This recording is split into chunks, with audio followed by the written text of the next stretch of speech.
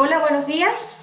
Vamos a partir este seminario online dándoles la más cordial bienvenida. Mi nombre es Pamela Delgado y soy la coordinadora general del Centro de Energía de la Universidad Católica. Hoy abordaremos distintos aspectos de la relación que existe entre el agua y la energía, ¿ya? Vamos a comenzar con una presentación que nos va a entregar una visión global de cómo está siendo abordado este tema a nivel internacional, para luego pasar a dos presentaciones que nos introducirán en algunos nexos no tradicionales entre ambos temas, para finalizar con un ejemplo concreto de esta vinculación en nuestro país. A continuación le cedo la palabra a Trinidad Castro, directora ejecutiva del World Energy Council de Chile, que nos entregará algunas palabras de bienvenida. Trinidad. Gracias, Pamela. Buenos días a todos y a todas. Tengo el agrado de saludarlos hoy día y darles la más cordial bienvenida, al igual que Pamela, a este interesante conversatorio online que hemos denominado Nexo Agua Energía. Hoy día nos reuniremos con importantes expositores a conversar de este importante tema, un encuentro que hemos desarrollado en conjunto el World Energy Council con el Centro de la Energía de la Universidad Católica, y en el que esperamos conversar tanto con nuestros invitados como con cada uno de ustedes a través del chat y las preguntas que vayan surgiendo a lo largo de este conversatorio. Para quienes no lo conocen, el World Energy Council o Consejo Mundial de la Energía es una organización sin fines de lucro que se encuentra en más de 90 países a lo largo del mundo y cuya misión y propósito es impulsar y promover un sistema energético más sustentable y sostenible para mayor beneficio de cada una de las personas. Entonces, hoy día, en conjunto con el Centro de Energía de la Universidad Católica y Web Chile, esperamos compartir con ustedes esta mañana de conocimiento y reflexión. Muy bienvenidos a cada uno de ustedes y gracias por acompañarnos esta mañana. Gracias, Trinidad, por tus palabras. Y bueno, y sin más preámbulos, vamos a dar comienzo a este seminario online. Les recordamos que nos pueden seguir en Twitter de Web Chile y también pueden interactuar con nosotros por redes sociales. Y las presentaciones van a quedar disponibles al final para quienes se hayan inscrito, se las enviaremos, ¿ya? Partimos con nuestro primer expositor. Él es Rubén Contreras Lisberger. Rubén tiene más de 20 años de experiencia en las áreas de energía y cambio climático. Trabajó en la Organización de Estados Americanos como especialista senior en energía y cambio climático. Fue coordinador principal del Programa para América Latina y el Caribe de la Agencia Internacional de Energías Renovables, IRENA, y actualmente es oficial de Asuntos Económicos de la División de Recursos Naturales de la Comisión Económica para América Latina y el Caribe, CEPAL, a cargo de los temas de energía en esta comisión, implementando actividades regionales como el Foro Técnico de Planificadores Energéticos y la base de indicadores en eficiencia energética. Damos la bienvenida a Rubén. Perfecto, muchas gracias. Sí, muchas gracias, Pamela. Espero que se escuche bien y me confirman si ven la pantalla. ¿Se ve? Solo para confirmar. Perfecto. Perfecto, gracias. Bueno, primero que todo agradecer al World Energy Council y al Centro de Energía de la Universidad Católica por la invitación, a Soledad, bueno, a Trinidad y a Pamela por coordinar esto. La verdad que es un placer y un honor estar acá. La idea es presentar de manera muy breve el tema del nexo, más desde una perspectiva energética y bastante macro. No voy a ir en los detalles, para eso tenemos otros expertos. Y contarle un poco también lo que hace la CEPAL, porque en la CEPAL tenemos dos vertientes prácticamente, o sea, una que es puramente energética, que es la que veo yo, y hay otra colega, que es Silvia Sarabia, que ve el tema desde la perspectiva exclusivamente del agua y los nexos. Así que solamente para que sepan que tenemos también actividad o capacidad dedicada exclusivamente a las dos líneas de trabajo. Primero contarle un poco este tema del nexo. Básicamente nace en 2011, la primera vez que se discute de manera internacional fue en la conferencia de Bonn, en la cual obviamente se trató de dar una discusión al tema de cómo avanzar hacia una economía verde. Y se usó mucho, o sea, esta conferencia en particular se forzó o pues fue empujada literalmente por muchas de las cosas que no se concretaron en 1992, en el año 2012, perdón, como fruto de la no realización de actividades en el Acuerdo de Brasil. Básicamente fue que se empezó a gestionar toda una actividad en torno al tema de Nexo. Así que en general el Nexo para nosotros, este tema de agua, energía, lo vemos de esos tres componentes, ¿no? Agua, energía, alimentación. Y para nosotros es básicamente un medio que nos permite describir la complejidad, las dinámicas y la naturaleza y la integración de nuestros sistemas de los recursos naturales. En este caso en particular, obviamente enfocado a agua y energía y el impacto que tiene esto en la alimentación. Obviamente todo esto tiene que ser enfocado en las diferentes escalas de espacio y tiempo.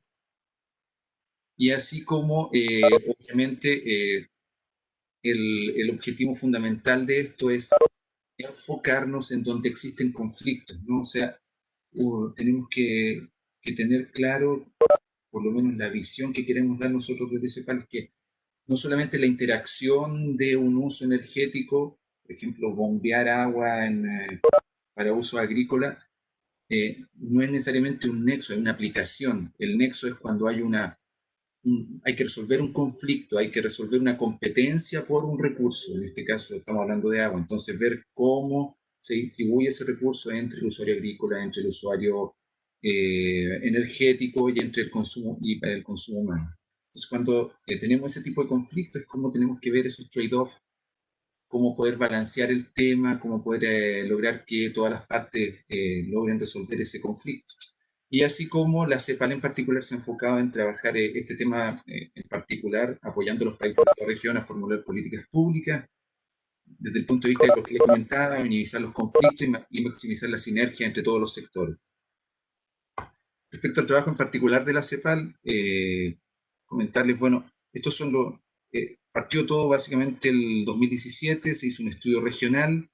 En esa época se enfocó fuertemente en el tema del agua, el concepto de energía era simplemente un tema que acompañaba el discurso, pero el enfoque principal es en particular el agua.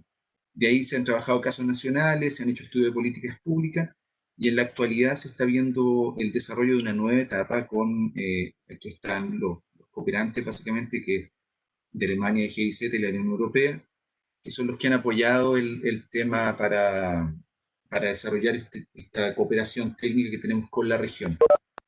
En particular, mencionar que el programa nuevo, o sea, la nueva etapa ha sido impactada bastante fuerte por el tema del COVID. La etapa nueva la está liderando mi colega Silvia Sarabia, porque, como les comentaba, está enfocada fuertemente en la componente de agua en particular. Así que, pero por lo menos lo que yo pretendo presentar hoy es un poco más hacia el lado, va a estar mucho más cargado hacia el tema de la energía.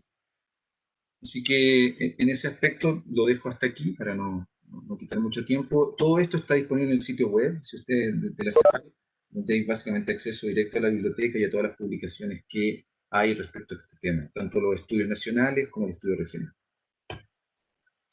Respecto al tema de Nexo y la energía, bueno, tenemos que ser fundamentales.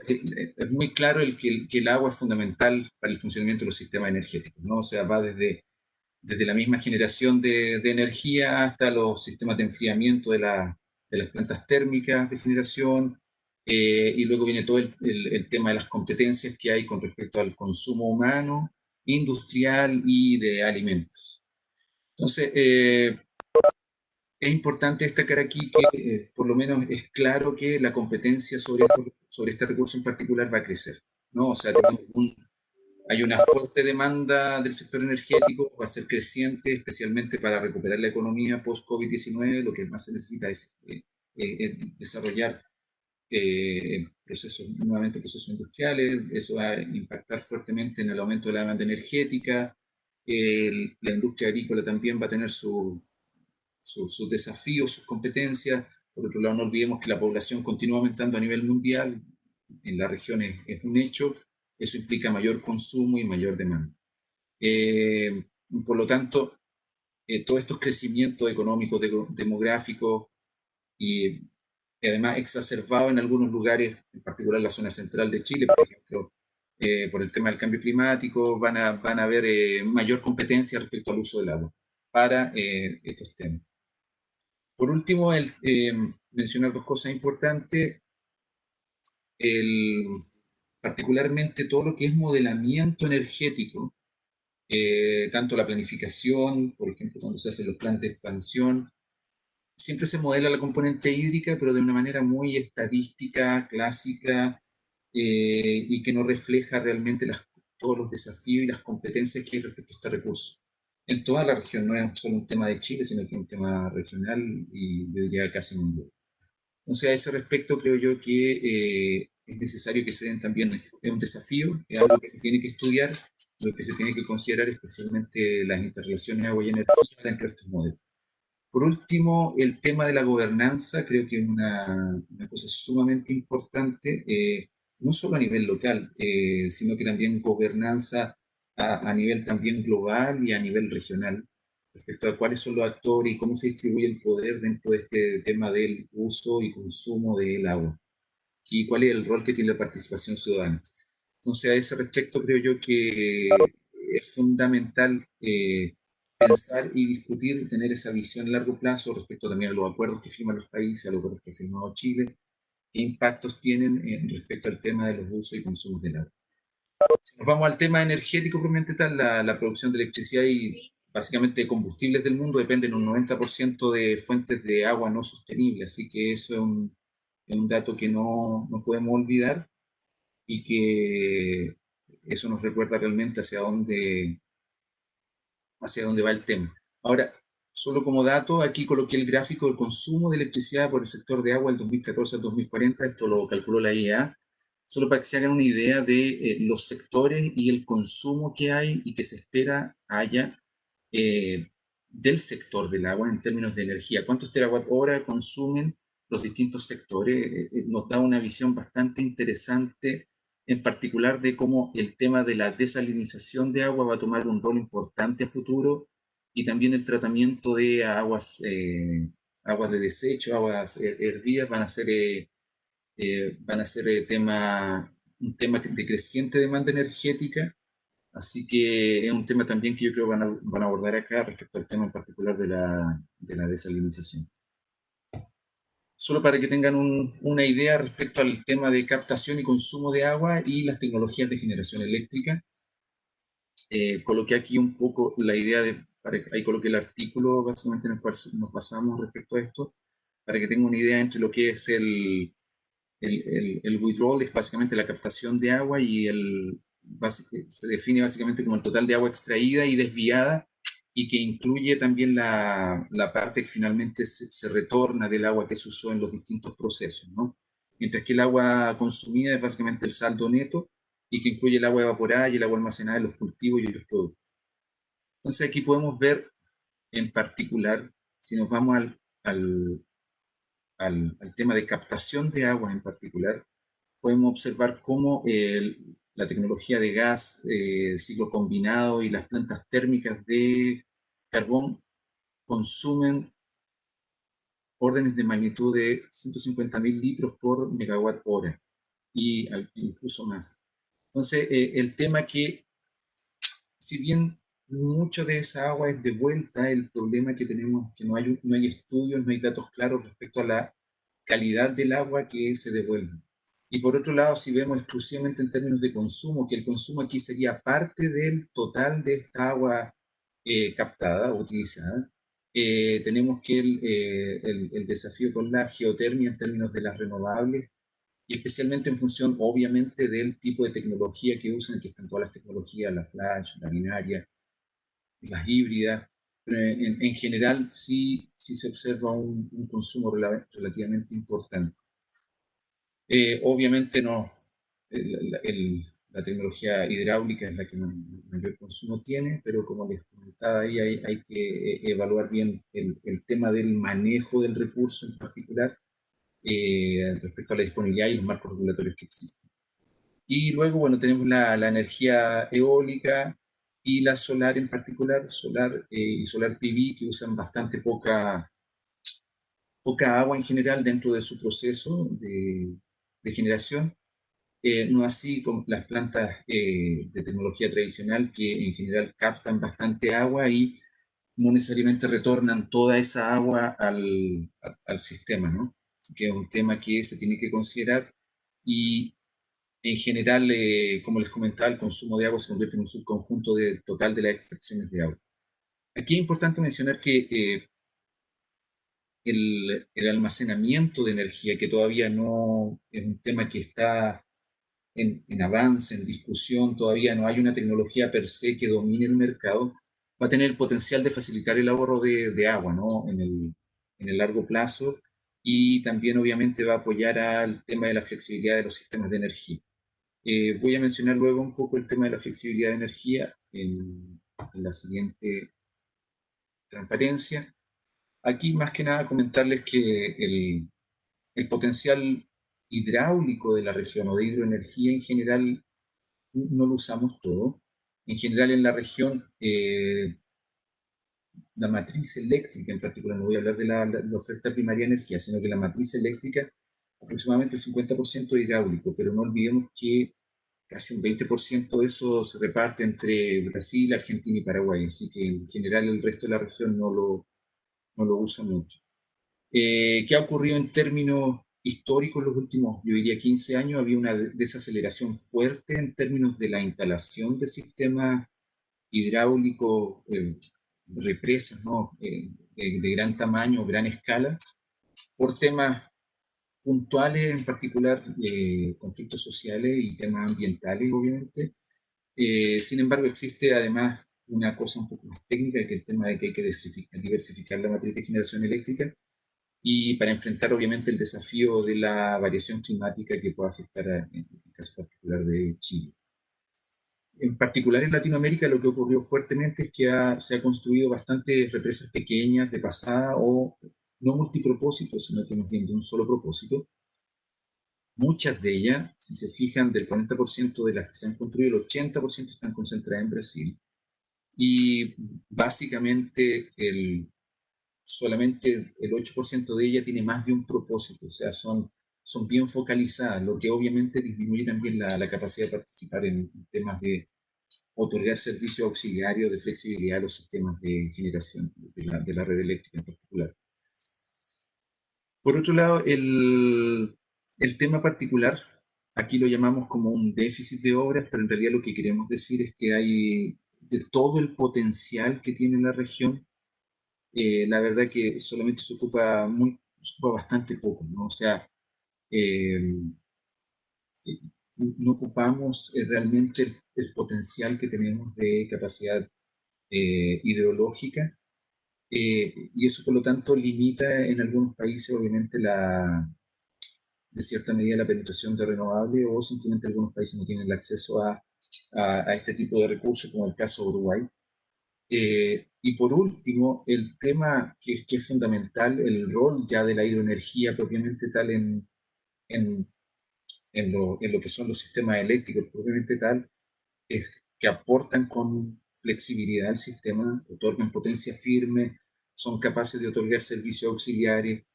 Y obviamente el mensaje aquí no es que hay que ir a invertir y construir como loco plantas de hidroenergía, no de gran escala, sino que también hay que pensar que estamos en un proceso de transición energética. Aún no tenemos claro el tema del almacenamiento, no sabemos qué va a pasar con el tema del hidrógeno, no sabemos qué va a pasar con el tema de las baterías. En general, también el tema del ITER, recién se está armando ahí en Francia, y que si funciona también va a ser un cambio radical respecto a lo que entendemos hoy en día como concepto de seguridad energética. Así que yo diría que estamos en un periodo de tiempo bastante interesante y que nos hace pensar y proyectarnos un poco en qué es lo que va a pasar. Finalmente, comentarles bien cortito para que los demás puedan hacer sus presentaciones, el rol del tema de la eficiencia energética dentro de lo que es el nexo agua y energía. Obviamente aquí lo que puntualizo es cuánto es el gasto de electricidad con respecto a los costos de operación y lo que podemos reducir en general si es que invertimos en eficiencia energética.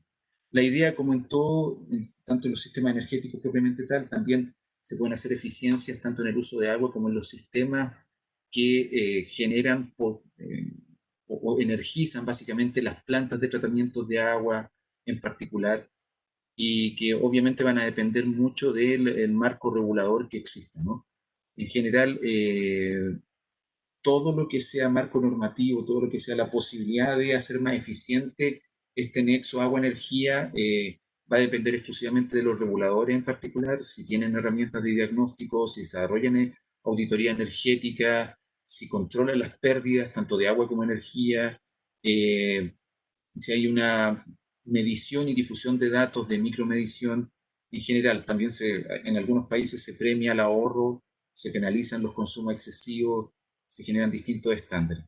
En general, un tema bastante fuerte en términos del nexo agua y energía, en particular por el lado energético, es la carencia de datos. En el artículo que cito al principio, hace un análisis exhaustivo en general y tenemos muy poca información propiamente tal. Hay mucha del sector eléctrico, cuánto generamos, frecuencia, estabilidad, megawatt hora, potencia instalada, qué sé yo, lo que pidan, pero cuando vamos a hacer un zoom mucho más detallado al tema electricidad, por ejemplo, y agua, respecto a esos nexos, ya es un poco más difícil encontrar datos de calidad. En términos de los biocombustibles, bueno, los biocombustibles son famosos por generar conflictos muy claros entre lo que es agricultura, uso de agua, tanto para energía como para consumo humano. Bueno, aquí se destaca, obviamente, la generación de biocombustible es bastante intensiva en términos de consumo de agua.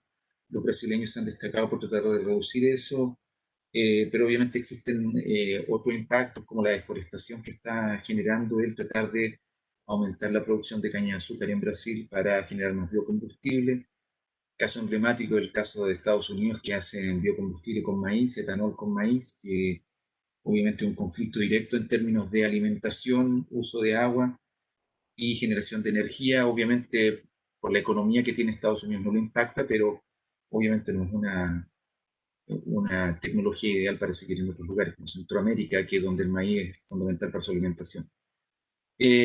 Finalmente, todo va a depender del diseño institucional. En general, los biocombustibles no siempre los tienden a catalogar de malo. En realidad, nosotros, como CEPAL, y en realidad también trabajos que hemos hecho con la FAO, no los catalogamos ni malos ni buenos. Simplemente va a depender de el marco institucional, el marco legal en que se trabaja y cómo son administrados. Si son mal administrados, si son mal manejados, si no hay estudios de impacto, obviamente va a ser, va a generar impactos negativos muy fuertes, tanto al medio ambiente como en temas de consumo de agua y contaminación de la calidad del agua.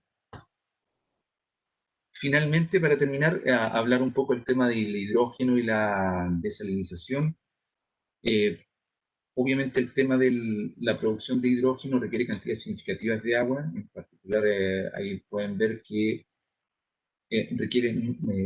cada kilogramo de hidrógeno requiere 9 kilogramos de agua cuando se hace el famoso proceso de electrólisis.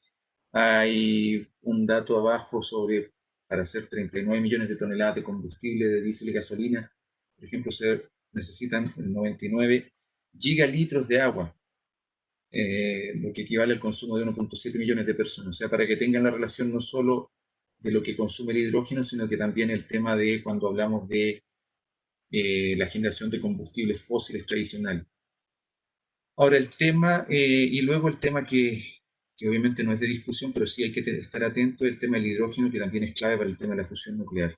Aquí nosotros como CEPAL por ahora lo que estamos trabajando en particular es ver el tema de buscar fuertes nexos entre la generación de hidrógeno como energético, pero también utilizando energía solar en particular. Por eso hablamos siempre de que el norte de Chile, en conjunto con, si se generan alianzas estratégicas con Perú, con Argentina y con Bolivia, podría ser un hub regional del hidrógeno.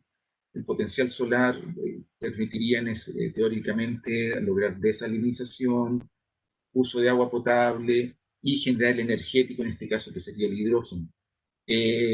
Pensando obviamente en el hidrógeno en principio para ser utilizado como reemplazo para lo que sería el temas de buques de carga, que en este momento ya hay bastantes problemas porque se les limitó el uso de los combustibles con azufre. Entonces van a tender todo a cambiar al gas natural, pero posteriormente creo que sería luego cambiar de gas natural a hidrógeno, creo que sería mucho menos fuerte el impacto que buscar otro tipo de tecnología. Así que, en general, eso por el lado de lo que es el hidrógeno. Por otro lado, existe una serie de tecnologías que permitirían utilizar agua marina para la producción de hidrógeno de nuevo, la desalinización, tener agua potable, que también podría tener impacto importante en zonas como el norte de Chile, por ejemplo, para utilizar agua para la agricultura, con microregadío. Yo diría que con eso cubro de cierta manera todos los puntos en los cuales hay cierta relación con el agua y la energía. Creo yo que el tema que va a tomar mucha importancia va a ser el rol de la complementariedad que tiene la capacidad hidráulica con respecto a dar más flexibilidad al sistema eléctrico, si es que nos vamos exclusivamente a ese tema. Obviamente en Chile el gran desafío que tenemos es la zona central, las sequías que tenemos, la variabilidad climática, que limita bastante el uso de ese potencial, así que hay que estar atentos ahí, el modelamiento es una herramienta fundamental y nosotros, por lo menos desde CEPAL, seguimos trabajando con lo que es el Foro de Planificadores Energéticos, que estamos buscando lograr que la planificación incluya componentes sostenibles y no solo sea un ejercicio de maximización matemática y de buscar el precio más bajo. Así que con eso yo termino. Gracias. Muchas gracias, Rubén, por tu interesante presentación. Vamos a dejar tiempo para la conversación al final de las 4 presentaciones, así que los invito a ir enviando sus preguntas a través del chat, las cuales retomaremos al final. Ahora le doy la bienvenida a Mauricio Isaacs. Mauricio es doctor en química con especialidad en electroquímica y química inorgánica. Fue profesor asistente en la Facultad de Ciencias de la Universidad de Chile y actualmente es académico de la Facultad de Química y de Farmacia de la Pontificia Universidad Católica. Es miembro del Comité Académico del Centro de Energía UC y director del Centro de Materiales Avanzados y Nanotecnología UC. Sus principales temas de interés son la química verde y el almacenamiento de energía. Así que le damos la bienvenida a Mauricio. Mauricio, Hola, adelante. muchas gracias.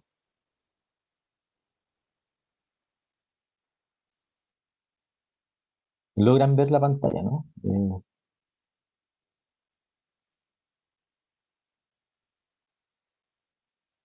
¿Se escucha bien, Pamela?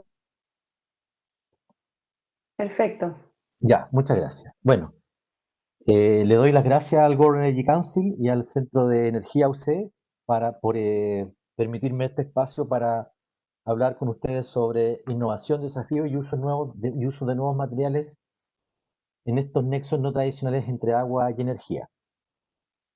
La agenda para hoy tenemos la motivación, porque nosotros estamos hablando de esto en este momento, el hidrógeno verde, el amoníaco verde, aunque suenen un poco divertidos los nombres, después los podemos explicar, dióxido de carbono como fuente de combustibles, baterías de flujo redox, baterías de litio, específicamente unas bien específicas que se llaman Warring Salt Electrolytes, y la desalinización electroquímica. Entonces, ¿por qué nosotros estamos hablando de este nexo de agua y energía en estos temas? Porque el agua, en estos casos, es el vehículo que nos llevan a completar muchos procesos electroquímicos que tienen que ver con la obtención de energía o con el almacenamiento de energía. Por otra parte, dentro de las motivaciones que tiene este tema, está también el calentamiento global, que es una consecuencia del uso y del abuso de los combustibles fósiles, que a la larga terminaron entonces en una disrupción climática, y a partir de esa disrupción climática, los gobiernos de los países más desarrollados se han puesto de acuerdo en bajar las emisiones de gases de efecto invernadero, pero al bajar las emisiones de gases de efecto invernadero también implica cambiar el paradigma de la energía. Cambiar el paradigma de la energía significa finalmente dejar de combustir, de combustionar combustibles fósiles y buscar alternativas nuevas, que tampoco son alternativas tan nuevas, pero que ahora vuelven a la palestra después de muchos intentos. Como ya les decía, entonces el agua es el vehículo en el cual se producen este tipo de reacciones electroquímicas que tienden a producir vectores energéticos o que permiten almacenar energía. Entonces, el primero de ellos y el que vamos a tocar ahora es el hidrógeno verde. Yo asumo que el tema de hidrógeno verde tiene un origen, y ese origen está en un electroquímico del que fue muy prolífico entre los años 50 y 80, John Bockris, que él en el año 75 escribió un libro, Hidrógeno solar, energía limpia del futuro, y en ese libro él acuña el término economía del hidrógeno. Puede que yo esté equivocado, pero yo cuando leí el libro en el año 90, yo era la primera vez que escuchaba el término economía del hidrógeno, y desde ahí él imagina todo un mundo en el cual el hidrógeno es el vector que sirve para fuel cells, para combustión, etcétera, etcétera, etcétera. Eh, Claramente el tema de la economía del hidrógeno ha tenido idas y venidas. Yo creo que la última gran apuesta fue en el gobierno de George Bush hijo, en el cual generó un mapa, una ruta, un camino, digamos, para eh, implantar la economía del hidrógeno, pero finalmente estas siempre han caído porque después baja el precio del petróleo, por lo tanto estos temas dejan de ser interesantes. Y en la década del 2010 aparece el concepto de hidrógeno verde, ¿ya? Y esto de hidrógeno y la palabra verde, según mi comprensión de un poco de los sistemas y de la ciencia en general, es por la irrupción del concepto de química verde. ¿Ya? La química verde tiene 12 principios que dentro de ellos está la obtención de sistemas de energía que sean sustentables. Entonces, todo lo que viene ahora a partir de ahí es hidrógeno verde, química verde, economía circular y ecología industrial. Entonces, ¿por qué tiene que ser hidrógeno verde? Si ustedes ven este gráfico, voy a colocar el puntero. Si ustedes ven este gráfico acá, o sea, del 90% de la producción de hidrógeno se genera a partir del reformado de gas natural, el uso de carbón, y muy poco de eso se obtiene por el electrólisis de agua, ¿ya? Entonces aquí está nuestro primer nexo agua-energía. Y todo en realidad se usa para refinamiento, para obtención de amoníaco, transporte, y alguna otra cantidad de hidrógeno se usa para obtener compuestos químicos orgánicos, ya sea metanol y otros. Entonces, a la larga, si uno va a quemar combustibles para obtener hidrógeno, va a generar más gases de efecto invernadero, por lo tanto, es un tema que no es circular. Entonces el tema de hidrógeno verde viene para partir con la electrólisis del agua, que básicamente es una celda electroquímica en el cual ustedes tienen un ánodo donde se oxida el agua a oxígeno y un cátodo donde se reduce el agua a hidrógeno. Entonces aquí uno libera el gas que necesita y viene todo este tema, ¿ya? Entonces, dentro de las tecnologías de producción de hidrógeno verde están los electrolizadores alcalinos, están los electrolizadores de membrana polimérica y están los electrolizadores de membrana polimérica aniónica, ¿ya? Entonces, cada uno tiene sus propias tecnologías, pero básicamente en la celda que les mostré. El alcalino es el que tiene un mayor uso y está más extendido, tiene níquel como metal activo y tiene una cierta eficiencia. Por supuesto, los electrolizadores PEM y AM tienen mayor eficiencia que el de alcalino, pero sin embargo usan platino como los metales activos en sus sistemas catalíticos, en sus sistemas por lo tanto, el desafío ahí es cómo nosotros podemos desplazar el platino hacia un metal que dentro de los conceptos de química verde tiene que ser no noble, ¿ya? No puede ser platino, no puede ser oro, no puede ser paladio, tenemos que buscar alternativas en esos materiales. Entonces, los principales desafíos para este tipo de dispositivos están en los catalizadores y las membranas, y si nos vamos atrás, Es este separador que permite entonces separar el oxígeno del hidrógeno.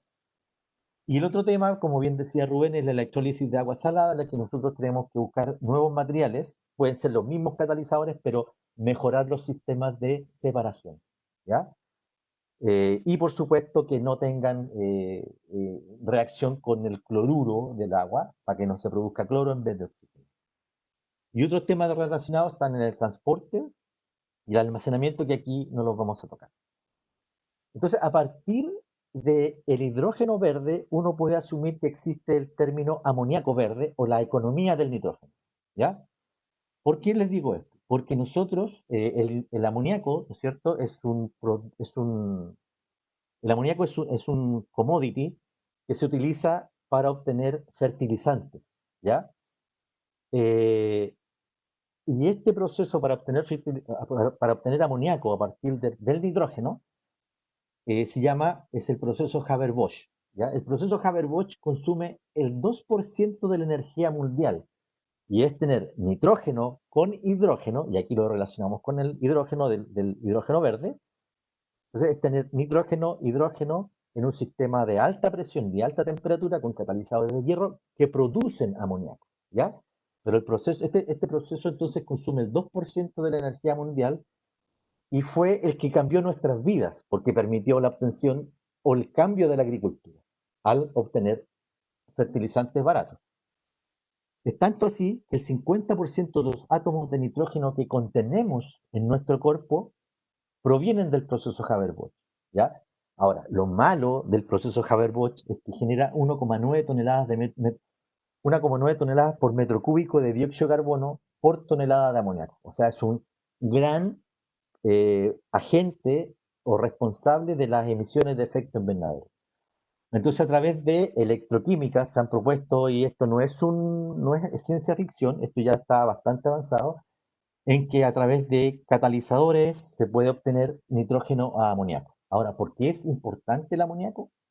El amoníaco es importante porque es un carrier para el hidrógeno. Entonces, ustedes lo pueden desacoplar o hacer una nueva electrólisis y generar nitrógeno y hidrógeno, ¿ya? Entonces el amoníaco se puede utilizar en combinación directa con motores de combustión interna, uso directo en generadores, almacenamiento de energía a mediano y largo plazo y almacenamiento de energía estacional. Y el gran desafío aquí en el campo de la química del nitrógeno es el desarrollo de catalizadores y procesos que proporcionan rutas de baja energía en estado redox del nitrógeno, y dentro de ellos el molibdeno y el hierro son los principales electrocatalizadores no nobles, ¿ya? Y entonces uno puede encontrar oportunidades para la industria del molibdeno en Chile. Después, asociado con esto, está el dióxido de carbono como fuente de combustibles, en que esta figura nos muestra cómo sería el ciclo virtuoso en que el dióxido de carbono producido por industrias que no pueden dejar de emitir dióxido de carbono, o sea, uno puede parar ciertos sistemas termoeléctricos, etcétera, cambiar a hidroelectricidad, cambiar a PV, pero hay sistemas que inherentemente sistemas industriales que inherentemente generan dióxido de carbono en sus procesos. Dentro de eso está el vidrio, el acero, etcétera, que son el vidrio, el acero y el cemento, que son grandes contribuyentes a las emisiones de efecto invernadero. Entonces aquí nosotros podríamos capturar el dióxido de carbono, eh, hacerlo reaccionar en un electrolizador, por supuesto con fuentes de energía renovable, y obtener combustibles químicos, ¿no es cierto?, reactivos químicos, y volver entonces a este ciclo virtuoso. Y en relación con eso, el cobre es el único metal de transición capaz de producir hidrocarburos desde la reducción electroquímica de dióxido de carbono. Entonces también cobre, molibdeno son fuentes importantes para entonces mitigar estos efectos de efecto invernadero, para meterse en los temas de combustibles verdes, etcétera. Ya, o sea, yo en este aspecto creo que Chile tiene una gran oportunidad de desarrollar este tipo de tecnología. Después, hablando del litio, que también tiene que ver con nuestra economía, aparecieron hace 3 años atrás unas baterías nuevas de litio que usan un tipo de electrolito. El electrolito es lo que conduce la electricidad, ¿no es cierto? Que está basado en agua. Para los que no saben, la mayoría de las baterías de litio en uso contienen solventes orgánicos que en ciertas condiciones y en cierto tipo de mala fabricación explotan, se queman, y también, bueno, el consumo de solventes orgánicos también ayuda a la contaminación atmosférica o a la contaminación de otros agua o etcétera, ¿ya? Entonces, dentro de eso están los electrolitos de Water and Salt Electrolyte que atrapan el agua en sus estructuras y permiten entonces el desarrollo de baterías de litio en solventes acuosos, haciéndolas mucho más seguras. Por otro lado están baterías de flujo redox, en las cuales se acumulan electrolitos que también están en base acuosa. Esas baterías permiten entonces el flujo desde un tanque, aquí se oxida este electrolito, con bomba se mueve entonces y esto se reduce, generando una diferencia de potencial, y entonces nosotros tenemos desarrollos como este del Karlsruhe Institute of Technology, en que sacó baterías de flujo redox y baterías de litio, ¿ya? Entonces aquí está el sistema conceptual que muestra esto. Y entonces lo que uno puede obtener, por ejemplo, este sistema de Smart Grid, ¿no es cierto? O modelos domiciliarios como de este de Redflow, que es una empresa australiana.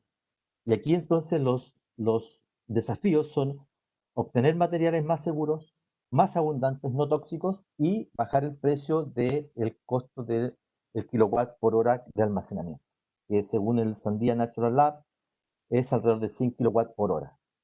Y finalmente, este tema, que también se pone en concordancia con lo que decía Rubén, es la desalinización electroquímica. En esta desalinización electroquímica nosotros tenemos también una batería de flujo redox, en la cual en la descarga, ¿no es cierto?, se obtiene por efecto de membranas de intercambio catiónico y aniónico, la desalinización, ustedes generan acá energía, se genera energía por la oxidación de zinc y el traspaso de electrones en este electrolito de hierro.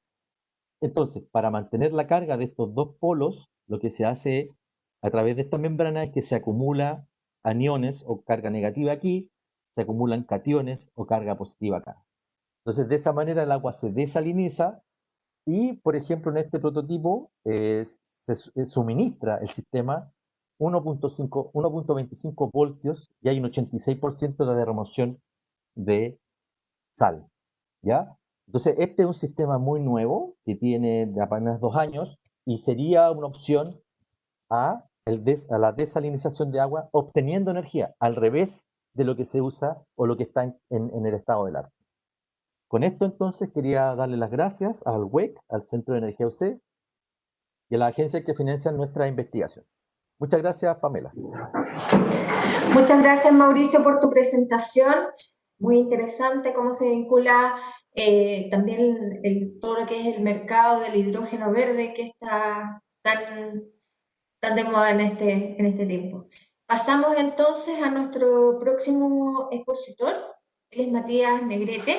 Matías es ingeniero civil electricista y magíster en física de la Pontificia Universidad Católica de Chile.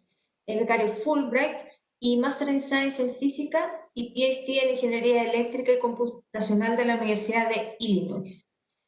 También es investigador postdoctoral en el Departamento de Ingeniería Eléctrica y Ciencia de la Computación en la Universidad de California, Berkeley. Actualmente es académico de jornada completa en el Departamento de Ingeniería Eléctrica de la Pontificia Universidad Católica de Chile, miembro del Comité Académico del Centro de Energía UC, investigador del Instituto de Sistemas Complejos de Ingeniería ISI y socio en Binken Diktuk, donde realiza consultoría y desarrollos tecnológicos para la industria energética. Vamos a dar la bienvenida a Matías. Matías, adelante. Muchísimas gracias, Pamela. Confírmame que se ve bien mi pantalla y que las transiciones. Se ve muy bien. Ya. Ningún problema. Voy aquí, después prendo el video de nuevo para decir hola. Bueno, primero agradecer nuevamente al WEC Chile, al Centro UC Energía y a toda la audiencia que está en este nexo agua-energía, pero yo me voy a enfocar más en el nexo agua-electricidad, que es más o menos las cosas que estamos haciendo. Como Pamela bien dijo, yo soy profesor del Departamento de Ingeniería Eléctrica de la universidad y también realizo proyectos y todo lo que tiene que ver con cosas más tecnológicas a través de Vinken Diktuk. Esta aquí es una foto para motivar el tema con el agua, que yo hace un tiempo atrás. Y bueno, Vinken es una unidad de negocios de Diktuk asociada a la Escuela de Ingeniería de la Pontificia Universidad Católica, y aquí donde desarrollamos consultoría, investigación avanzada y algunos de los desarrollos tecnológicos que voy a mostrar en la presentación, y qué feliz que sí, que hay algún interesado después en conocer más detalles de estos desarrollos, nos puede contactar. Nosotros trabajamos entre áreas, tiene que ver con temas de mercado eléctrico y regulación, herramientas para la toma de decisiones que nos permiten generar modelos de planificación y operación de largo plazo en los sistemas eléctricos y de operación para plantas solares. Son precisamente lo que nos permite ver el impacto, por ejemplo, que pueda tener, por ejemplo, el uso de la desalación como una fuente de flexibilidad para el sistema eléctrico y de otro tipo de consumo flexible, que es nuestra tercera área, que tiene que ver con coordinación y control de la demanda, que es donde me voy a enfocar en unos minutos más. ¿Ya? Entonces, la agenda de la presentación es que efectivamente el nexo agua-energía es bastante general, pero también existe un nexo un poco más específico que el nexo agua-electricidad. ¿Ya? Hay muchos procesos, como acabamos de ver en las presentaciones anteriores, asociados al agua, que requieren electricidad. Pero la ventaja es que esa misma necesidad que viene desde el agua, los consumos eléctricos asociados al agua, también se pueden de alguna manera generar servicios para el sistema eléctrico. Entonces se genera un círculo virtuoso, porque necesito más electricidad para poder hacer procesos asociados al agua, pero ese proceso mismo del agua, como vamos a ver, genera beneficios para la operación misma del sistema. ¿Ya? Entonces, para eso voy a hablar también un poco sobre los sistemas eléctricos de energía y potencia, dónde estamos y hacia dónde vamos. Principalmente el hacia dónde vamos, yo creo, el relevante. Estas son dimensiones no solamente técnicas y tecnológicas, sino que también regulatorias. Y hay una serie de iniciativas en Chile relacionadas con esto y que de alguna manera van a plasmar las trayectorias de desarrollo de los sistemas energéticos y eléctricos en el país. Después vamos a definir lo que son consumo eléctrico flexible y dar algún par de ejemplos sobre en el nexo agua-energía, cómo estos consumos eléctricos flexibles están presentes. Y final, mostrar muy rápidamente, por temas de tiempo, cuál es el impacto potencial sistémico de aprovechar este nexo agua-electricidad, ¿ya? Particularmente en el tema de desalación. ¿Ya? Entonces, en el nexo agua-energía con foco en electricidad, bueno, yo creo que ya todos hemos hablado que hay escasez de agua a nivel mundial y que hay una necesidad de ver este desafío también como una oportunidad de desarrollar nueva tecnología, nueva innovación para poder resolver todos estos problemas de distintas dimensiones. Ya esto no es solamente técnico, no es solamente económico, también es social. El agua ciertamente es relevante para todo el funcionamiento de la sociedad. Entonces ahí se requiere instancias como esta, donde podemos ver gente de políticas públicas de la CEPAL, emprendedores que están desarrollando temas, gente de las ciencias básicas y en el caso nuestro desde la ingeniería, para poder aportar a resolver este tipo de problemas. ¿Ya? La sequía en Chile no es novedad, que es un problema cada vez más frecuente y probablemente va a seguir siendo más frecuente. Si uno ve lo último, un registro de los años más secos y lo ordena desde el menos seco al más seco, uno puede ver que en los últimos años se están generando los periodos más de alta sequía, ¿ya? Y ya eso nos da un impacto relevante en el sistema eléctrico que está altamente acoplado al sistema hídrico de agua, ¿ya? Nuestro sistema eléctrico en una parte importante tiene que convivir con este recurso, que mientras tenemos agua es tecnología renovable, es tecnología flexible, es tecnología súper complementaria con otras tecnologías como la eólica y la solar, pero cuando no tenemos agua, eso ha generado históricamente periodos bastante complejos en el sector, ciertamente con costos de la electricidad en el corto plazo muy elevado, ¿ya? Entonces, lo primero es que el sistema agua eléctrico está altamente acoplado por un tema tecnológico, que el insumo para muchas fuentes de electricidad es el agua, ¿ya? Ya un poco más en detalle, los principales usos de energía en agua, como ya se mencionó, tiene que ver con gestión de aguas de napas subterráneas, desalación y todo el bombeo y tratamiento de agua fresca y residual, ¿ya? Donde hay distintos consumos aproximados en función de metros cúbicos, siendo la desalación uno de los procesos más intensivos en uso de electricidad también, ¿ya? Solo como ejemplo, por ejemplo, se mencionó ahí que en Estados Unidos el 3% del consumo total de electricidad está asociado solamente al tratamiento de aguas residuales, ¿ya? Y al principio Rubén también presentó otros rangos entre 3 y 20%, pero es relevante, ¿ya? Entonces, algunas oportunidades en el foco eléctrico que nosotros creemos que esto es una lista de ejemplos, hay muchos más, en donde existe la oportunidad de desarrollar proyectos en esta área de nexo electricidad-agua. Bueno, el primero es el desarrollo de herramientas de coordinación hidrotérmica en sistema eléctrico, ¿ya? Para aquellos que no son del sector o del área eléctrica, ¿qué son estas herramientas? Son todas las herramientas y modelos de operación y planificación que nos permiten gestionar el agua, cómo usamos el agua en nuestro sistema eléctrico.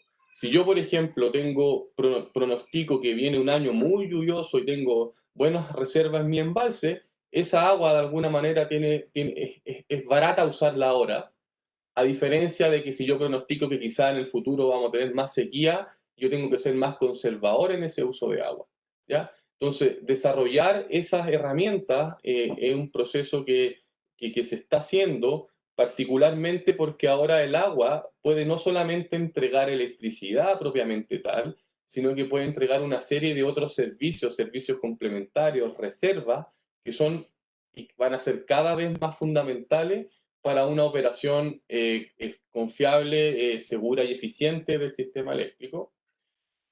También otro nicho relevante, dada la necesidad de agua, por ejemplo, en Chile, y cómo se están aumentando el número de plantas desaladoras, si una planta desaladora o desalación se diseña con la posibilidad de operar de manera flexible, ¿qué significa eso? Que yo pueda desalar más agua en momentos, por ejemplo, que el sistema tenga un exceso de energía y esa agua yo la almaceno, eso se transforma en una fuente súper importante de flexibilidad para el sistema, ¿ya? Yo en vez de almacenar energía, almaceno agua. De igual manera, existen otros procesos intensivos dentro del uso del agua, asociados, por ejemplo, al tratamiento de agua, en donde en los procesos internos del tratamiento de agua existe la flexibilidad de poder quizá interrumpir ciertos procesos o desplazar ciertos procesos, nuevamente con esta idea de alinear el consumo eléctrico a ciertas necesidades del sistema. También hay información reciente que muestra cómo la misma red de distribución de agua, con sus cañerías y sus bombas, también es un potencial consumo eléctrico flexible que puede permitir entregar este servicio de regulación al sistema. ¿Qué decir de la infraestructura agrícola sustentable? Imaginémonos en Chile la cantidad de bombas que hay, de usos de agua. Si mediante tecnología yo puedo coordinar de cierta manera cómo utilizo la electricidad en este tipo de infraestructura, nuevamente yo puedo quizás acoplar un cierto consumo, generación eléctrica variable con este consumo flexible. Y finalmente, desarrollo de modelos de gestión y proyectos distribuidos de energía, donde, claro, yo puedo tener paneles, baterías localmente que me permitan también gestionar mi agua. Entonces, en resumen, esta lista, que no es exhaustiva, muestra elementos donde en el foco, particularmente en el foco eléctrico, hay una tremenda oportunidad. Y yo ahora me voy a enfocar particularmente en el tema de los consumos eléctricos flexibles, ¿ya? En el contexto de agua-energía. Entonces, pero para eso voy a hacer un pequeño paréntesis para explicar un poco en dónde estamos en los sistemas de energía y potencia, cuáles son los desafíos. Bueno, lo primero es que por necesidad se está generando una integración a gran escala de nuevas tecnologías renovables, algunas de ellas variables como la eólica y solar, ¿ya? Ese es un atributo de estas tecnologías y nosotros necesitamos un sistema que sea el apropiado para aprovechar las mejores propiedades de estas tecnologías que no generan emisiones, pero sí tienen este desafío de que hay que lidiar con esta variabilidad. ¿Y por qué ese es un desafío? Porque la operación segura del sistema eléctrico requiere de alguna manera un balance continuo entre lo que se genera y lo que se consume, ¿ya? A no ser que tengamos formas de almacenamiento que todavía no están tan masificadas en nuestro sistema, ¿ya? Los sistemas eléctricos tradicionales son el monito que está aquí arriba, tienen una estructura bien jerárquica, con segmentos bien definidos, generación, donde tenemos un portafolio de tecnologías principalmente centralizada y de gran escala, una red de transmisión, que es de alguna manera como las carreteras grandes que transportan, después tenemos todos los caminos más laterales que son las redes de distribución y finalmente los consumidores, ¿ya? Y los flujos de energía o potencia van generalmente en una dirección, ¿ya? Este es el sistema que principalmente tenemos en la actualidad, que ya de por sí es un sistema súper complejo de poder operarlo, pero las nuevas tendencias, con la integración de nuevas tecnologías, con la necesidad de crear nuevos mercados, como por ejemplo los mercados de servicios complementarios, mercados de capacidad, nuevos modelos de negocio, la expectativa de que la demanda tenga un rol mucho más activo que solamente consumir, la integración cada vez más esperada de recursos energéticos distribuidos. ¿Qué significa eso? Recursos que aparezcan ya en el nivel de distribución, ya a través de paneles solares en nuestras casas o pequeñas fuentes de generación o vehículos eléctricos también. Y todo esto, además, sujeto a la integración de tecnologías de información, ya que de alguna manera todo esto que acabo de decir se le pone el nombre muchas veces de una red inteligente. Entonces, la transición desde un sistema de este estilo, más jerárquico, con roles bien definidos, hacia un sistema un poco más horizontal, con flujos muchas veces de electricidad en ambos sentidos, donde muchas veces el consumidor localmente se puede transformar en un productor. Eso abre una serie de oportunidades y desafíos también para desarrollar nuevos proyectos y desarrollar una industria en torno a eso. Entonces, uno de los desafíos asociados principalmente al hecho de integración de energía renovable a gran escala tiene que ver con el concepto que ya se mencionó antes de flexibilidad, ¿ya? O sea, por ejemplo, es un estudio que hicimos nosotros hace un par de años, hace como 3, 4 años, entonces todavía no estábamos, tenemos una actualización de este estudio con los planes de descarbonización, etcétera.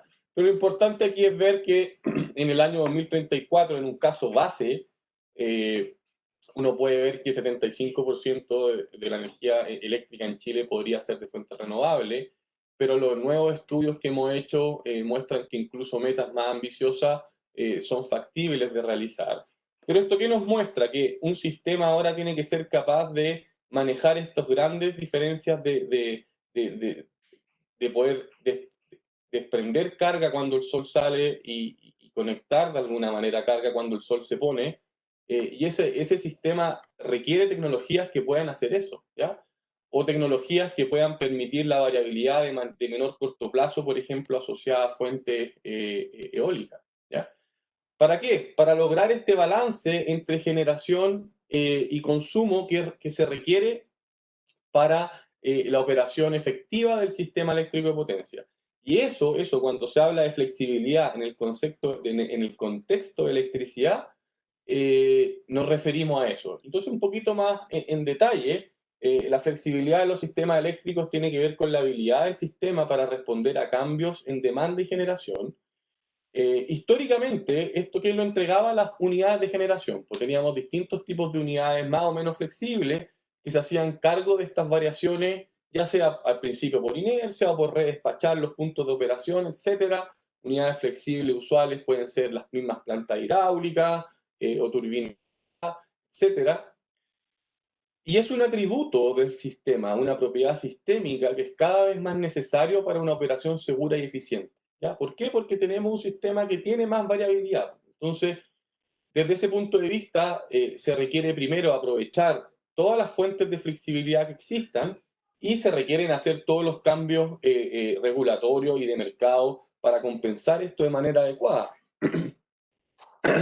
De hecho, ayer solamente el Ministerio de Energía presentó los lineamientos de su estrategia de flexibilidad que precisamente en una serie de puntos muestra los cambios esperados que se van a ir haciendo en la regulación de los mercados y los sistemas eléctricos en Chile, precisamente para poder generar las señales asociadas a que tecnologías que puedan entregar flexibilidad sean compensadas de manera adecuada. ¿Por qué? Porque son necesarias para la operación de un sistema eléctrico hacia donde nos estamos moviendo, ¿ya? Y hacia dónde nos estamos moviendo, y entonces se me olvidó un punto. Entonces, claro, la flexibilidad que es tan relevante y que históricamente la daba solamente la generación, no solamente la puede dar la generación, ¿ya? La puede dar el almacenamiento, obviamente. Un sistema más robusto en transmisión también mejora la flexibilidad del sistema porque me permite buscar complementos entre recursos que quizás están diferenciados geográficamente. Y un punto que es relevante es que la demanda misma también tiene potencial de flexibilidad, ¿ya? La demanda misma puede dejar de tener este rol estático y se puede transformar en un recurso más similar a la generación. O sea, 1 megawatt de generación no es distinto a 1 megawatt menos de demanda que yo use, ¿ya?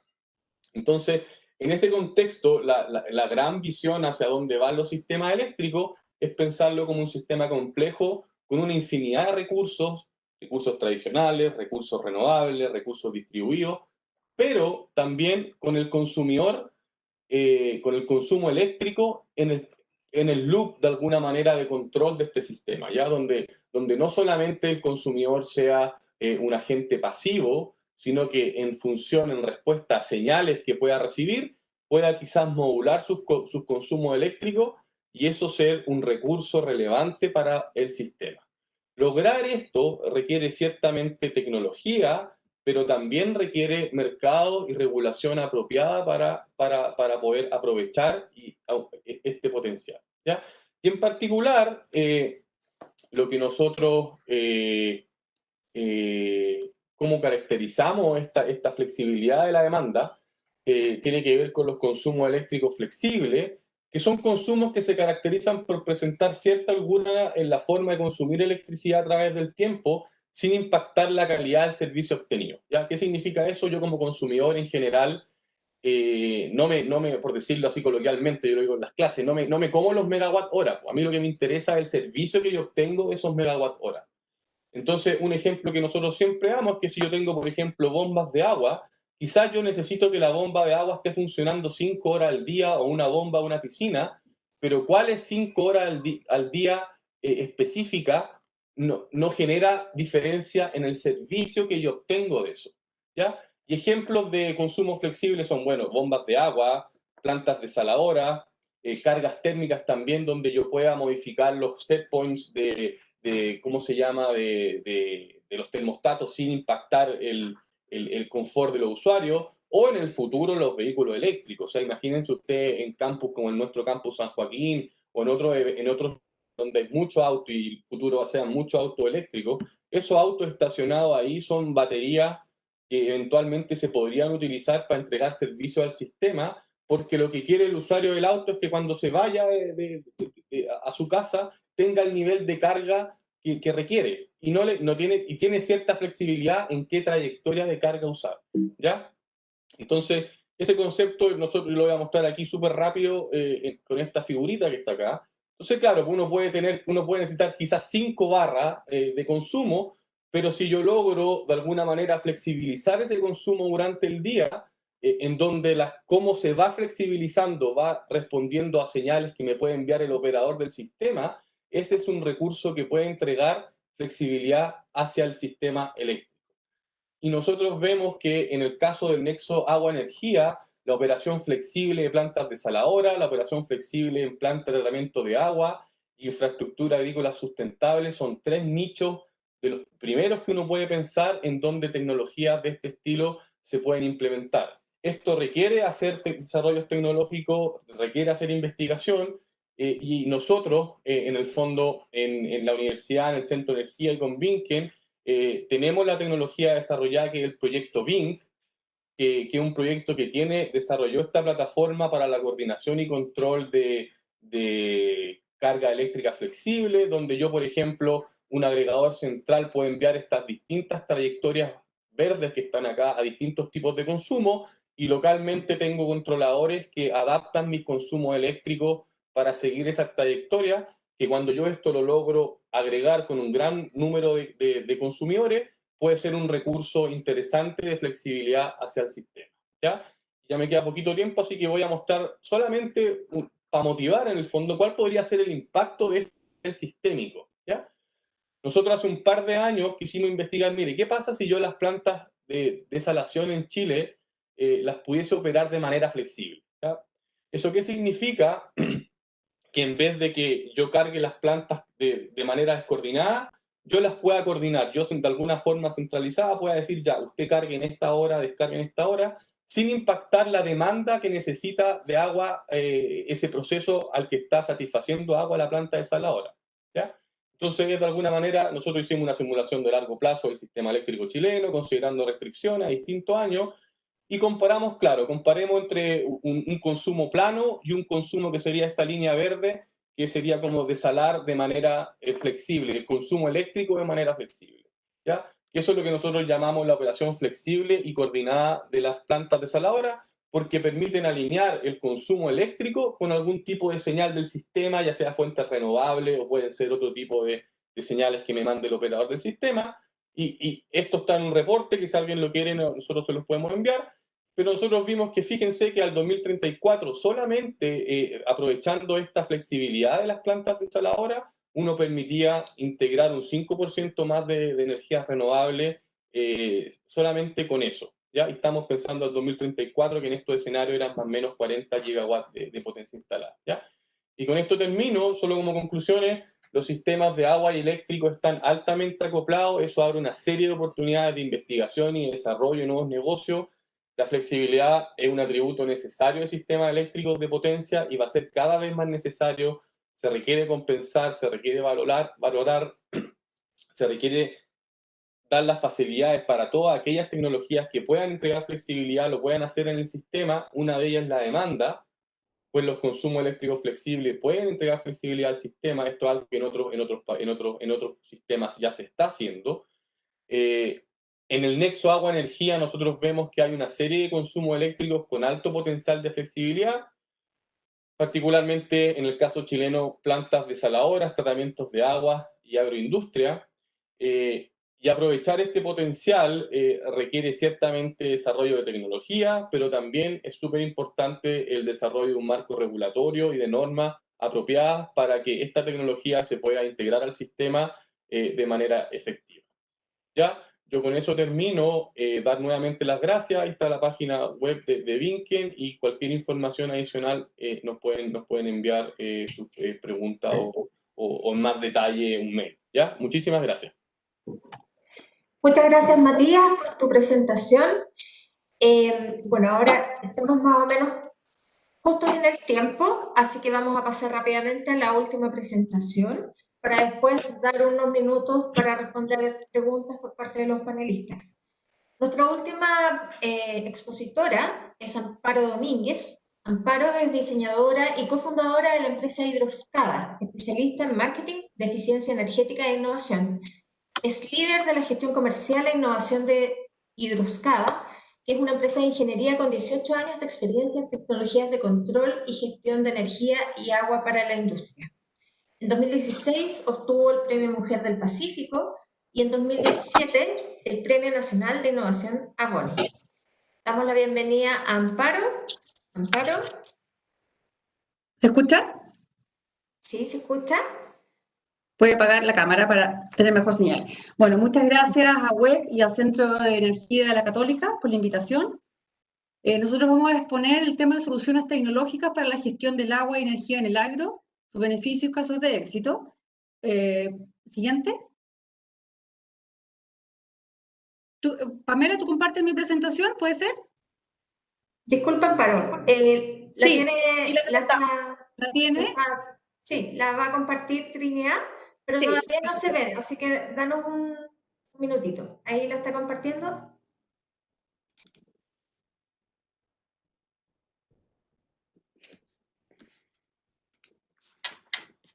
¿Puede ser la pantalla completa? Ahí está. Ahí se Sí, ve pero no, ahí. perfecto. Ahí está perfecto. Eso, muchas gracias. Siguiente.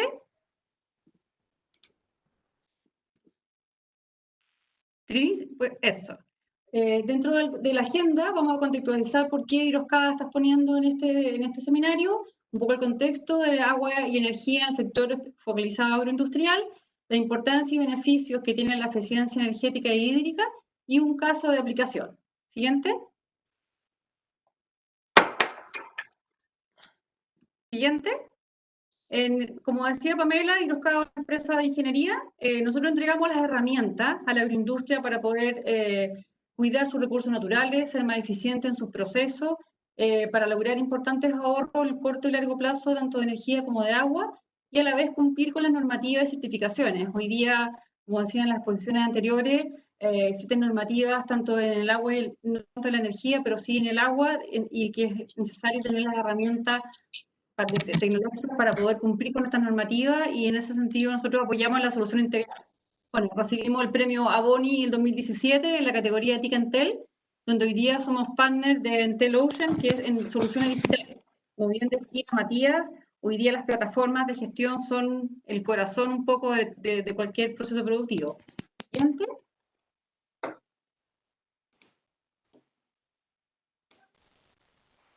En el contexto de eso, perfecto. El Ministerio de Energía tiene una política energética bastante ambiciosa y positiva, donde tienen como meta 2050 que por lo menos el 70% de la generación eléctrica sea limpia, considerando la energía como motor de desarrollo del país. Es una meta muy positiva y muy ambiciosa, y yo creo que Chile tiene la oportunidad histórica de tener una producción sustentable. Nosotros nos enfocamos en el pilar número 4, que es la eficiencia energética. En el fondo, el concepto de eficiencia energética es desacoplar la curva de crecimiento versus el consumo sin alterar la calidad de la producción. Y en eso es donde nosotros estamos un poco hoy día enfocados. Siguiente. Si bien la industria no es la que más contamina, vemos aquí en el camino a la carbono neutralidad una segmentación, esta es una presentación del Ministerio de Energía de hace poco, muy interesante, que nos autorizaron poner esta lámina, donde aparece la distribución de emisiones de CO2 por sector de la industria. Como decía, si bien la agricultura no es la que más contamina, siguiente, sí es la que consume el 96% del agua a nivel industrial. Entonces, en ese escenario, entre la industria agrícola y forestal y pecuario, tenemos el 96%.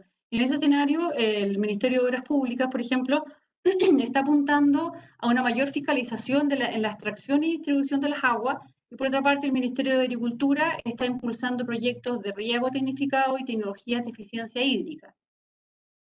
Siguiente. Y en este diagrama nosotros es donde hemos descubierto un poco, a raíz de esta invitación, el nexo del agua y energía en nuestra trinchera, por decirlo así. Nosotros nos hemos enfocado en el inicio del consumo energético del sector agroindustrial, que parte en el motor eléctrico, que bombea el agua para extraerla, tanto para extraerla en el caso de los pozos, y después distribuirla en las plantaciones en el sistema de riego del proceso productivo. Ahí se puede ver que alrededor del 60% de la pérdida de energía se concentra entre el motor y la entrega final. Esa gráfica es un diagrama de exergía que nosotros redibujamos, pero se ha sacado de la literatura, donde muestra que actualmente de 100 unidades de energía primaria solamente se aprovecha un 9,5. Si es que esas energías primarias son renovables y limpias, muchísimo mejor, pero igual es necesario hacer eficiencia antes de. Hoy día, en el fondo, la tecnología nos viene a resolver un problema asumido, que es el alto costo energético productivo. Entonces, la idea es esa, ocupar la tecnología, como decían los expositores anteriores, ocupar la tecnología para poder resolver un problema de reducir costos y ser más sustentable. Siguiente. Dentro de la importancia de la eficiencia energética, nosotros hemos definido como estos 4 áreas, que es el cumplimiento de la normativa. Por una parte, como decía, la DGA está exigiendo la medición de la extracción de pozos y canales, pero también viene una futura ley de eficiencia energética que también va a exigir tener un sistema de gestión, medir, reportar. Por otra parte, tenemos todo lo que es reducción de costos de energía, y tenemos un 100% de precisión, no de ahorro de agua, sino que de precisión en la información. Matías hablaba de las plataformas de gestión y el consumo eléctrico flexible. Bueno, lo mismo se traduce en el agua. Cuando uno tiene un control del agua, logra un 100% de precisión del uso. Y también esto permite también obtener certificaciones nacionales e internacionales. Siguiente, en el ejemplo... Siguiente, Trini. No, la anterior es un ejemplo. El ejemplo del caso de ese, perfecto. Aquí tenemos un ejemplo real, con números reales, de un predio de 280 hectáreas de hugo de mesa en la región de Tiltil. Se analizó una de las 8 bombas de pozo, donde ellos tienen un consumo energético anual de 14 millones de pesos. Hay un proyecto, se detectó un ahorro de un 56% implementando la tecnología que nosotros desarrollamos, con un costo, ahí se ve el costo de inversión, y ahí está el ahorro, la conversión en el fondo en pesos, de alguna manera. Entonces, esto no solamente tiene un ahorro importante y un VAR bastante interesante, sino que también se puede esto certificar y poder después lograr normas y cumplir, como decíamos antes, con las certificaciones. Siguiente. Pero esto es un proceso, no es una ampolleta, como le digo yo. O sea, no es llegar y hacer un recambio de ampolleta LED, sino que es un proceso de incorporación donde se parte primero que nada midiendo, haciendo una caracterización energética e hidráulica, instalando un sistema de medición de las variables que yo quiero medir y poder analizar. Luego de eso se analiza esa data con una plataforma, en el fondo, y donde vienen las propuestas de ahorro, tanto de medidas blandas como de medidas duras. Entonces, en ese proceso entramos finalmente en lo que se llama el proceso de mejora continua, donde el agro está metiéndose también entre el agro 4.0, entre el smart farming, pero finalmente es eso, es ocupar la tecnología en su proceso de óptima producción. Siguiente. Siguiente, vamos a ver el caso que ha seguido todo este proceso durante los últimos 5 años prácticamente, en una viña, en 300 hectáreas, en uno de los valles de una viña de riego de uva vinífera. Siguiente. Donde digitalizamos nosotros los 2 principales procesos productivos, que son el sistema de riego y la bodega, donde pusimos 97 canales de monitoreo, midiendo caudal y potencia en los sistemas de riego, y 86 puntos de monitoreo en la bodega. Siguiente. Digitalizamos los tableros, nos focalizamos en el sistema de riego. Aquí le vamos a hablar 100% del sistema de riego, donde se implementaron medidas y se lograron ahorros. Digitalizamos los tableros eléctricos de potencia, midiendo en tiempo real las variables eléctricas y hidráulicas. Luego de hacer un análisis de datos y pruebas online, se implementó un proyecto piloto con un tablero de fuerza y control de alta eficiencia. Y se logró, siguiente, un 42% de ahorro en ese caso, llegando el fondo, como decía Matías, me gustó la frase, el consumo eléctrico flexible. O sea, finalmente es eso, lo que hace la tecnología es poder controlar y poder flexibilizar el uso del agua y la energía. Siguiente. Ese proyecto fue parte de todo un proceso que tiene la viña y le permitió lograr el premio, el sello Eficiencia Energética Gold, porque ellos tenían una ISO 50001 aprobada, y a la vez también recibieron el Insign Award, que es un premio internacional. Es la primera viña en Chile que tiene este tipo de galardones. Es importante porque en el fondo abre un poco el camino al sector agroindustrial, abre un poco la ruta, que es posible que la agroindustria es parte de la industria, y una ISO 50001 y una ley de eficiencia energética ya no es algo ajeno para ello. Siguiente. Y en este proceso no está escrito, pero sí es súper importante el trabajo colaborativo. O sea, esa foto es muy real. Fue el ministro de Energía en ese momento entregarles el premio a la viña. El trabajo colaborativo, el ambiente, el trabajo interactivo de la empresa de tecnología con el usuario es muy importante, porque la tecnología no es algo que se impone. La tecnología es algo que es permeable. Yo lo comparo un poco como el doctor de cabecera, o sea, el doctor no te va a mejorar, es el paciente también que quiere mejorarse. Entonces, esa foto es muy representativa está la gerencia, los encargados agrícolas, el gestor energético. Entonces, ese trabajo colaborativo es el éxito de la tecnología finalmente. Siguiente. Y en ese escenario, bueno, nuestra empresa apoya a la industria en este círculo virtuoso, donde apoyamos en el fondo un real desarrollo sostenible, sustentable, económico, social y medioambiental. Social, porque obviamente, como le digo yo, llevamos todos los caballos juntos, o sea, toda la industria, toda la empresa tiene que alinear, desde el casetero hasta la alta gerencia, tiene que estar en una línea. Y en ese sentido, la tecnología digital, el IoT, ayuda a que estas plataformas, que son muy amigables, que son muy didácticas y muy fáciles de usar, puedan unir y unificar de alguna manera y dando las herramientas y empoderando al agricultor en toda escala. Entonces, finalmente, desde el punto de vista medioambiental, claramente hay una reducción importante de emisiones de CO2. Nosotros ya llevamos proyectos con ahorro de hasta un 70% de ahorro en el sistema de bombeo. Así que es muy interesante, yo creo que considerar la eficiencia energética en una etapa anterior a la renovable o junta de alguna manera, porque la verdad que tiene beneficios importantes para la industria. Siguiente. Bueno, con eso yo creo que quise ser bastante breve para no alargarse en las presentaciones, estar en honor al tiempo, pero agradecer muchísimo lo que está haciendo WEC y la Católica. La verdad que todas las tecnologías que hoy día tenemos presentes, las tenemos que trabajar de manera público-privada. O sea, yo creo que tiene que haber un puente, un link público-privada que nos va a ayudar a que realmente Chile pueda cumplir sus metas de carbono neutralidad y también que le llegue a la señora Juanita, como le digo yo, de alguna manera que todos seamos parte de este desarrollo. Bueno, muchas gracias. Muchas gracias, Amparo, por tu excelente presentación. La verdad es que vemos ahí cómo se aterrizan todas estas tecnologías y estas innovaciones en el tema del nexo entre el agua y la energía.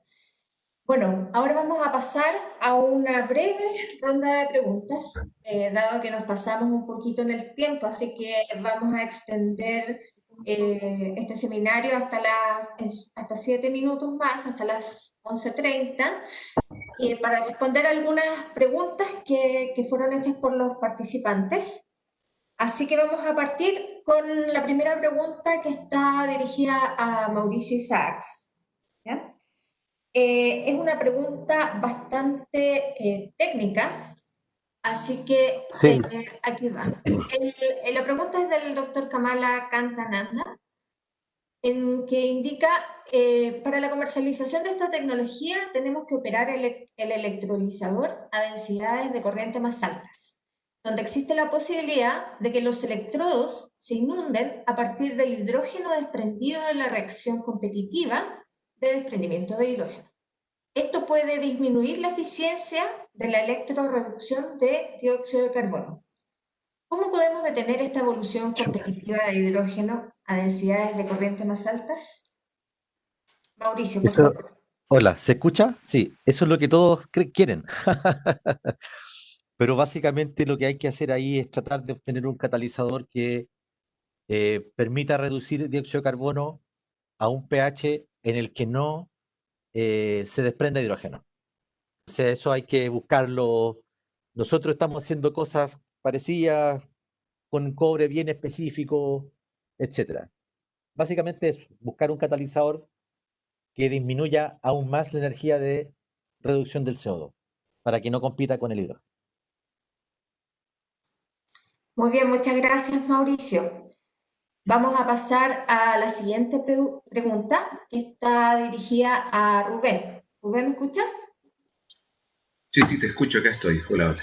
Ya, perfecto. Tú hablaste de que había una carencia de datos en este ámbito, en el sector eléctrico, pero sobre todo en la parte de energía, porque en el sector eléctrico hay muchos datos generales, pero faltan sobre estos nexos entre energía y agua. Entonces me gustaría que pudiese profundizar un poco en qué tipos de datos son los necesarios de registrar para mejorar este nexo entre el agua y la energía. Sí, en general el tema pasa por la carencia de indicadores. Entonces, como no hay indicadores del...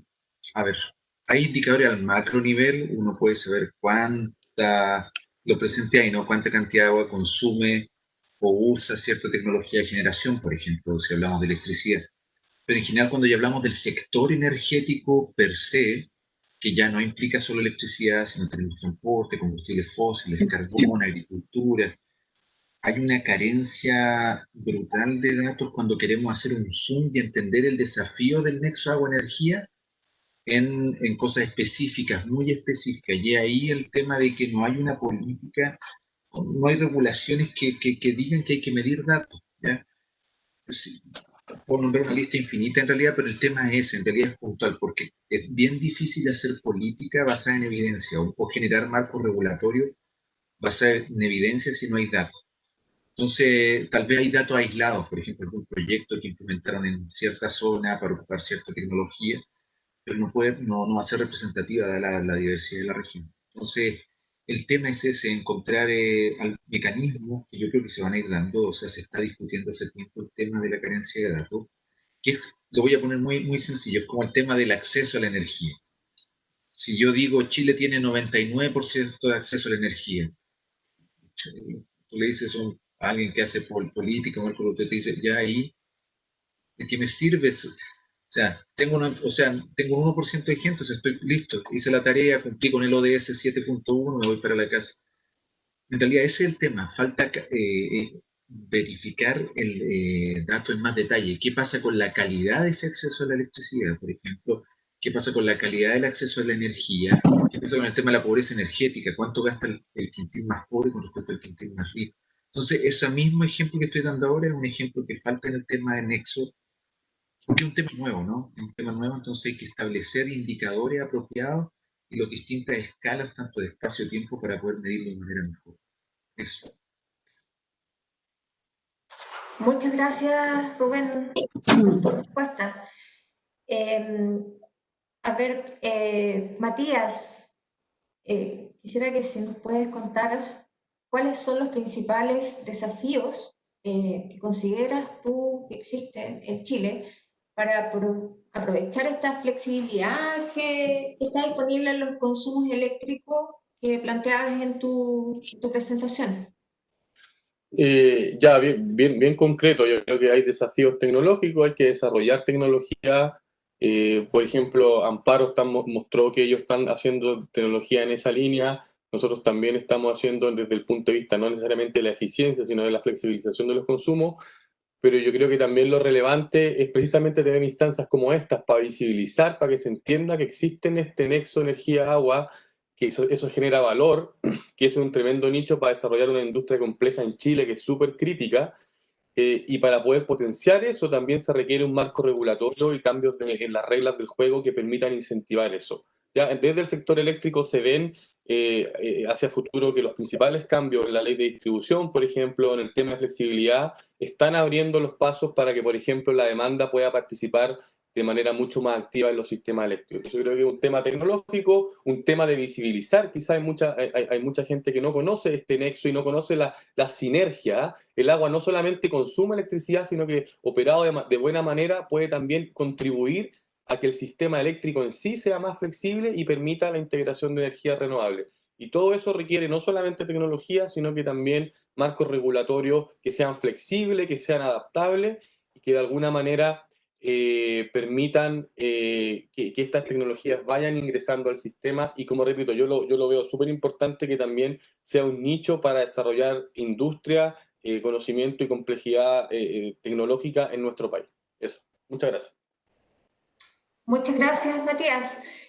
Amparo, también en la misma línea, ¿cómo crees tú que se pueden impulsar más y mejores proyectos o qué tecnologías también se pueden utilizar que aseguren el abastecimiento hídrico en conjunto con la gestión eléctrica, pero enfocándonos en el abastecimiento hídrico y en la sequía que estamos viviendo en Chile y en muchas otras partes del mundo también?